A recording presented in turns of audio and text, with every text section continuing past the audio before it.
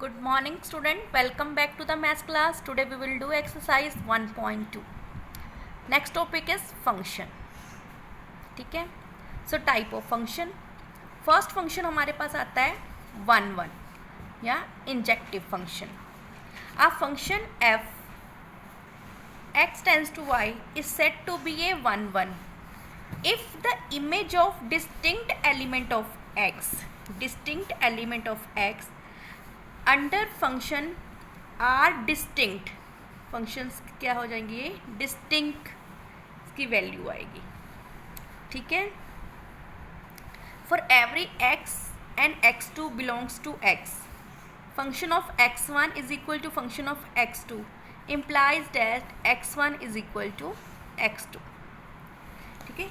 यहाँ पे x का कोई भी फंक्शन है वो y, फंक्शन को हम क्या मान लेते हैं? y, यानी कि x का हर एक एलिमेंट का कोई ना कोई क्या होगा? फंक्शन होगा. ठीक है. उसकी इमेज होगी. यहाँ a की इमेज p है, b की q है, c की s है, d की r है, यानी कि x के हर एक फंक्शन की इमेज होगी. ठीक है. उसको हम कौन सा फंक्शन कहते हैं? 1 फंक्शन कहते हैं. ठीक. So every element of x has distinct image on y, यानी कि हर एक एलिमेंट x के हर एक एलिमेंट की डिस्टिंक्ट इमेज होगी y में. ठीक है. इस फंक्शन को हम क्या बोलते हैं? 1 फंक्शन. नेक्स्ट आता है on to. A function f x tends to y is called the on to if every element of y is the image of some element of the x under function, that is means all y belongs to y. ठीक है. all y belongs to y, there exists an element x in y such that fy is equal to y. यहाँ पे भी y के हर एक function की क्या होगी?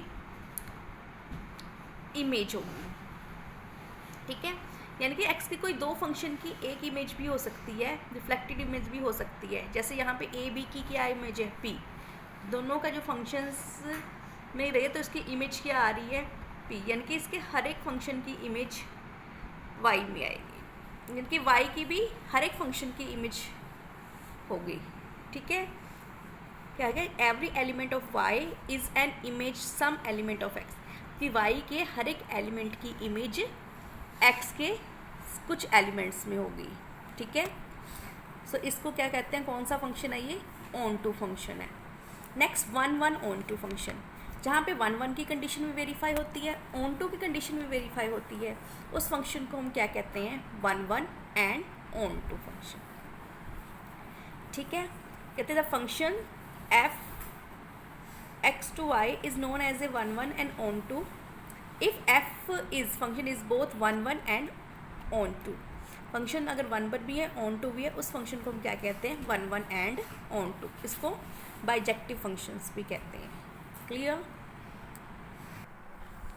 नाउ 1.2 एक्सरसाइज फर्स्ट सम.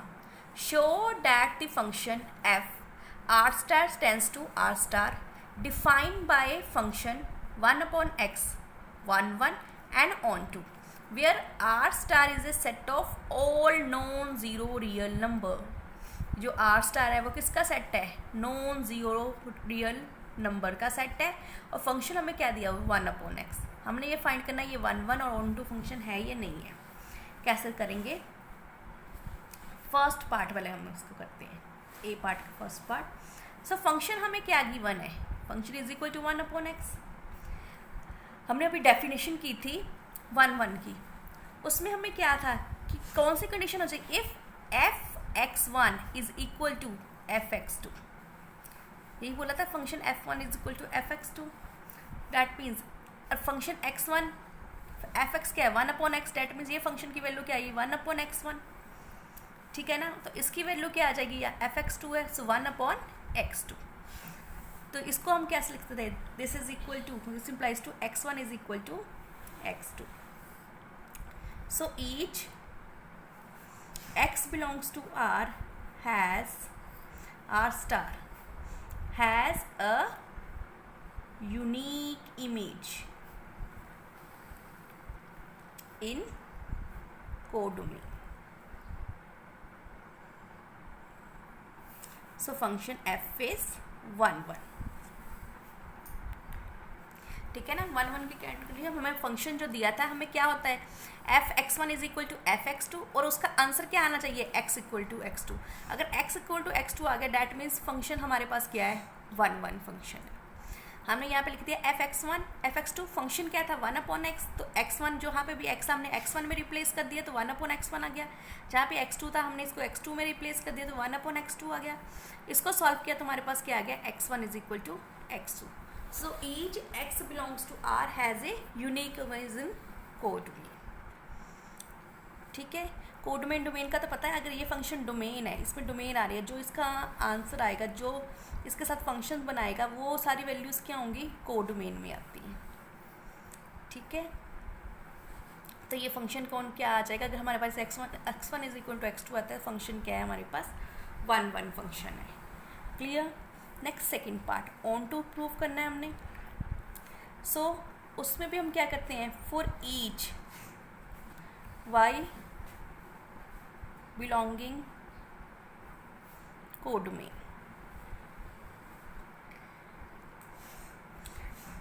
कि y किसको बिलोंग कर रहा है कोडोमेन को. सो देन y किसका फंक्शन हो जाएगा y is equal to 1/x. और अगर हम इसकी क्या रिफ्लेक्टेड इमेज होनी चाहिए या फिर उसका कह लो इन्वर्स कह लो या उसका कह लो कि रिफ्लेक्टिव इमेज होनी चाहिए. या हम y is equal to 1/x है तो x किसके इक्वल होगा 1/y के. ठीक है, सो x 1/y के आ गया. So therefore unique pre image बन रही है ऑफ y की. So there is a unique pre image of y. therefore f क्या है f is owned. ठीक, नेक्स्ट b. अब नेक्स्ट पार्ट में हमने क्या प्रूव करना था. ठीक है, the result is true if the domain r is replace by n. अगर हम डोमेन जहाँ पे हमने r बोला था r रियल नंबर को अगर हम रिप्लेस कर दें नेचुरल नंबर से with codomain being the same as r star, क्या उसकी कोडोमेन सेम रहती है. चलो चेक कर लेते हैं. ठीक है, when domain r star is replaced by n, then codomain r star remaining the same,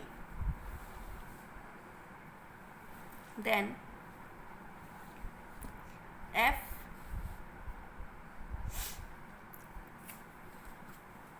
n tends to real number या r star.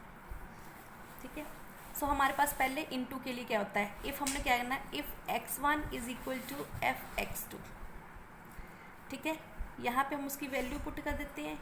ये 1/x1 आ जाएगा. x1 हमने रियल मानना था, यहाँ पे नेचुरल था, हम n1 मान लेते हैं. यहाँ पे आ गया हमारे पास आंसर 1/n1 जिनकी नेचुरल नंबर आ गया. यहाँ पे भी हमारे पास क्या आ गया नेचुरल नंबर आ गया. इसको सॉल्व किया n1 is equal to n2 where n1 n2 दोनों किसको बिलोंग कर रहे हैं n1 and n2 belongs to n natural number. अगर दोनों ही नेचुरल नंबर हैं तो ये क्या है 1 1 फंक्शन. अब देखते हैं but for every real number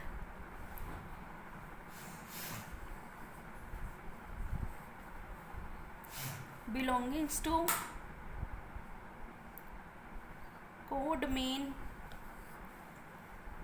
may not have a pre-image in n. अब देखो क्या n को अगर हम उसी की प्री इमेज में करें, उसकी प्री इमेज देखें अगर n को, क्या वो नेचुरल नंबर बनते हैं. देखो एग्जांपल लेके समझाती हूँ. अगर मैं 1 ले रही हूँ 1/2/3, इसको देखें तो क्या बन जाता है 3/2. ठीक है ना। 3/2 क्या है, एक नेचुरल नंबर है? नहीं है, ये नेचुरल नंबर नहीं है। सो एफ फंक्शन क्या है, F is not on to. अगर इसके अलावा हम कोई और एग्जाम नेचुरल नंबर ले ले, सपोज मैंने 2 नेचुरल नंबर ले लिया, उसको हमने किस में कर दिया, 1/x है ना, 1/x फंक्शन है तो 1/2 बन गया। 1/2 भी क्या है, नेचुरल नंबर नहीं है, ठीक है। ये फ्रैक्शन फॉर्म में आ गया, ये रैशनल नंबर आ गया, सो दैट मीन या रियल नंबर आ गया, वो भी क्या है, हम कह सकते हैं वो नेचुरल नंबर नहीं है, तो हम क्या कहेंगे, एफ इज़ नॉट या नॉन ऑन टू या not on to function. Clear. Question number 3. Prove that greatest integer function f tends to r, real number tends to real number, given by fx is equal to in bracket x is neither 1 1 nor onto, where x denote the greatest integer less than or equal to x। कहते जो x bracket में दिया है वो किसको denote कर रहा है, ग्रेटेस्ट इंटीजर लेस देन और इक्वल टू एक्स। वो ग्रेटेस्ट इंटीजर है जो कि लेस देन और इक्वल टू क्या है, एक्स के है, ठीक है। जो कोई भी इसका वो इंटीजर ही आएगा वो ग्रेटेस्ट इंटीजर बनेगा। इंटीजर क्या होते हैं, natural number plus 0 plus negative natural number हो जाए। नेगेटिव नेचुरल नंबर कभी नहीं होते जिनकी नेगेटिव वैल्यूज भी उसमें होती है, नेगेटिव वैल्यूज होती हैं, पॉजिटिव वैल्यूज होती हैं और 0 होता है। लेस देन और इक्वल टू एक्स, वो ग्रेटेस्ट इंटीजर होगा जो कि लेस देन और इक्वल टू क्या होगा, इस एक्स के होगा, ठीक है। या इससे कम होगा जो भी एक्स की वैल्यू होगी जो उसके इक्वल टू होगा।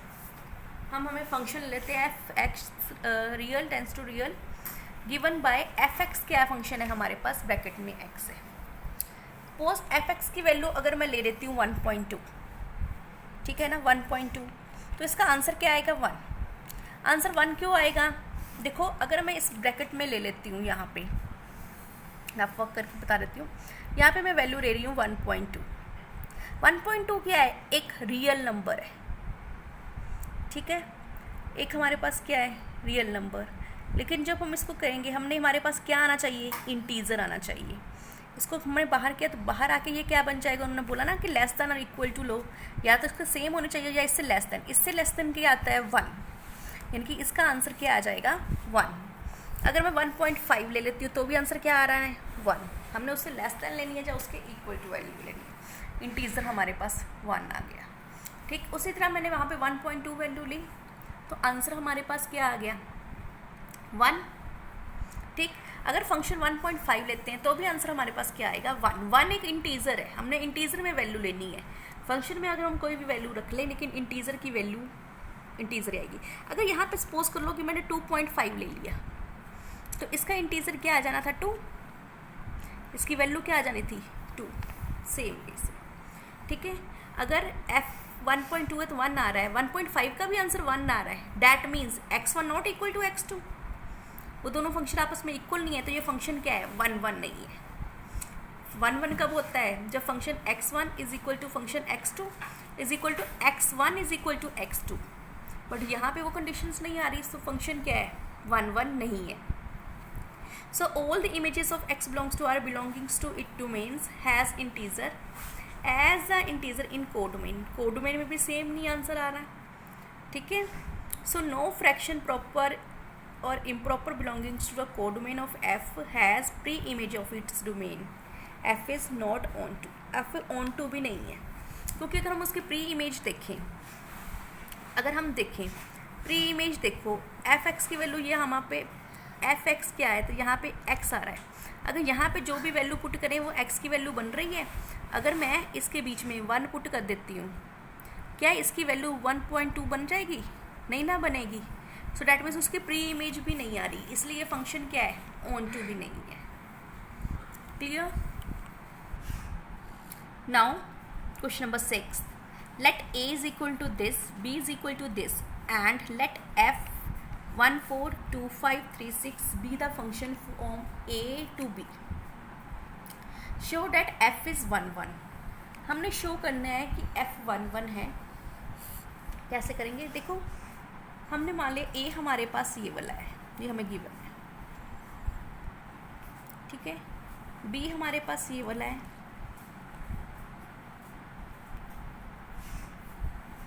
एंड जो हमारे पास फंक्शन है वो क्या है, 1 4 2 5 3 6, ठीक है। 1 4 3 2 5 एंड 3 6 है। अब देखना हमारा ये फंक्शन 1 1 है। सो पहले हम लिख लेंगे कि एवरी एलिमेंट या every member of A has a unique image.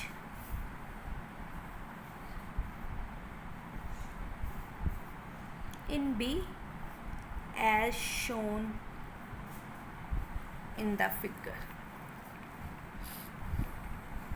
यहाँ पे हम ले लेते हैं 1 2 3 जी वाला, ठीक है। यहाँ पे हम ले लेते हैं 4 5 6 7 ये वाला। अब फंक्शन ले लिया हमने सेंटर में। अगर हम 1 लें, इसका 1 लें, किसके साथ जा रहा है, 4 के साथ जा रहा है, तो 1 किसके साथ जाएगा, 4 के साथ। 2 किसके साथ जा रहा है, 5 के साथ जा रहा है, 2 हो गया 5 के साथ। 3 क्या आ रहा है, 6 के साथ, 3 भी चला गया 6 के साथ, ठीक है। यहाँ पे हर एक की यूनिक ए के सारे मेंबर्स की इमेज बन रही है। अगर ए के सारे इमेज की इमेज बन रही है, ये मान लो, ये बी मान लो, इमेज बन रही है बी पे, डैट मीन्स ये कौन सा फंक्शन है। So F is 1 1 function. Clear. Now question number 10, let a is equal to r is equal to 3, या हम कह सकते हैं कि r माइनस 3, ठीक है। यहाँ पे माइनस आएगा, r minus 3। So b is equal to r minus, एक एलिमेंट ले लिया 1। Consider the function f a tends to b defined by fx is equal to x minus 2 x minus 3 is f1 1 and on to justify your answer, ठीक है। हमें ये function दिया हुआ है और बताया कि a क्या है, a में सारे रियल नंबर्स आ जाते हैं बट क्या है, 3 नहीं आएगा। b में सारे रियल नंबर्स आएंगे बट 1 नहीं आएगा, इसको उन्होंने माइनस कर दिया, ठीक है। हमने ये ले लिया function a is equal to r minus 3, b is equal to r minus 1 and f is defined as function x minus 2 and x minus 3। इसमें फंक्शंस में हम क्या करते हैं, fx1 की वैल्यू निकालते हैं, fx2 की वैल्यू निकालते हैं। जहाँ पे भी हमने x था उसके x1 से रिप्लेस कर दिया, हमारे पास ये फंक्शन बन गया। जहाँ पे भी हमारे पास x2 था, हमने उसको भी x को x2 में रिप्लेस कर दिया, तो हमारे पास ये फंक्शन बन गया। f1 किसके इक्वल होता है, f2 के, और किसके इक्वल आना चाहिए, x1 is equal to x2 के। हमने इन दोनों को आपस में इक्वल कर दिया। अब इनको बाय क्रॉस मल्टीप्लिकेशन से हमने इसको सॉल्व किया, तो हमारे पास क्या आ गया, x1 is equal to x2। अगर फंक्शन आपस में इक्वल है तो उसमें वैल्यूज़ भी x1 is equal to x2 आती है, तो फंक्शन क्या हो जाता है हमारे पास, 1 1 फंक्शन हो जाता है, ठीक है ना। जब function f1 is equal to f2 आता है, अगर उस फंक्शन में हम वैल्यूज पुट करते हैं तो हमारे पास x1 is equal to x2 आ जाए, तो फंक्शन क्या होता है, फंक्शन हमारे पास 1 1 फंक्शन होता है। Next B part. अब हमने क्या 1 1 सॉल्व कर लिया, अब हमने क्या सॉल्व करना है, ऑन टू। सो y हमारे पास ये है, y is equal to this, यानी कि फंक्शन हमारे पास ये है, फंक्शन को हमने y से डिनोट किया, यानी y is equal to this. जब क्रॉस मल्टीप्लाई किया तो x की हमारे पास प्री इमेज क्या आ गई, x y minus 2 y minus 1, ठीक है ना। इसको क्रॉस मल्टीप्लाई x की इमेज ये वाली आ गई, उसकी प्री इमेज बन रही है, yes, for every value of y except 1 को छोड़कर, क्योंकि अगर हम यहाँ पे 1 लिख देते हैं तो यहाँ पे इसकी वैल्यू क्या आ जाती है, 0, विट इज़ नॉट डिफाइंड। इसलिए सारी वैल्यू पे ये होगा, पॉसिबल है, except y is equal to 1। हमें यही बोला था y is equal to 1। So there is a pre image, ये प्री इमेज बन रही है ना उसकी, तो इसकी अगर प्री इमेज बन रही है तो फंक्शन क्या है, ऑन टू फंक्शन है। सो function is 1 1 and on to. Now question number 12, let f is equal to r tends to r be defined as fx is equal to 3x, choose the correct answer। 4 option दिए हैं, चारों में से बताना है कि कौन सा करेक्ट है। f is 1 1 on 2, f is many 1 on 2, f is 1 1 but not on to, f is neither 1 1 and nor on to. Check कर लेते हैं हम, ठीक है. फंक्शन हमारे पास क्या है,